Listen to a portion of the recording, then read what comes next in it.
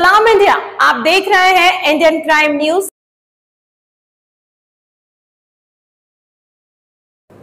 बीड जिल्ह्यातील या 6 विधानसभा आहेत।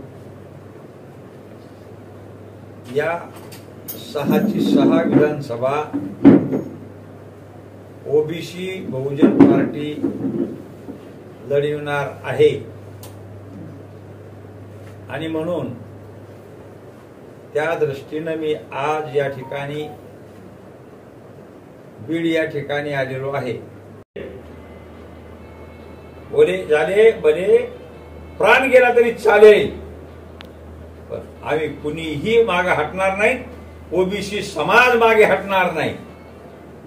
आता ओबीसी समाज सुद्धा खूप पेटलेला आहे। त्याच्यानंतर जेव्हा आमचे सांगली असेल, नरसी असेल, उस्मानाबाद असेल, माडा असेल, वर्धा असेल, ठाणे असेल, नगर असेल, बीड असेल, अशा ठिकाणी आमची एल्गार मेळावे पुन्हा झाली।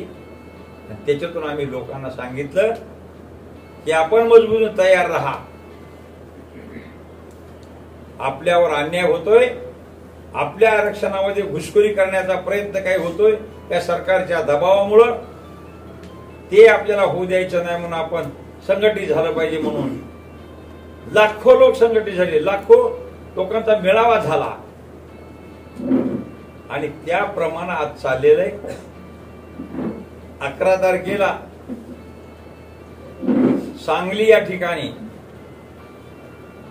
तिथे फार मोठा मेळावा आहे, त्या 2-3 जिल्ह्याचा तिथं। त्याही ठिकाणी भुजबळ साहेब आहेत, प्रकाशअण्णा शेंडगे आहे, मी आहे, लक्ष्मणराव गायकवाड आहेत, खांडे साहेब आहेत, बावकर साहेब असतील, ही सगळी ओबीसी नेते आम्ही त्या ठिकाणी आहोत। बाकीच्या अन्य नेत्यांनाही त्यांनी बोलवलंय, मग पडळकर असतील, जानकर असतील, अशाही नेत्यांना बोलवलंय। आणि म्हणून आम्ही आमच्या ओबीसी मध्ये आम्ही कोणालाही येऊ देणार नाहीत। बाबासाहेबांच्या घटनेप्रमाणे त्यांना ओबीसी मध्ये येताही येणार नाही।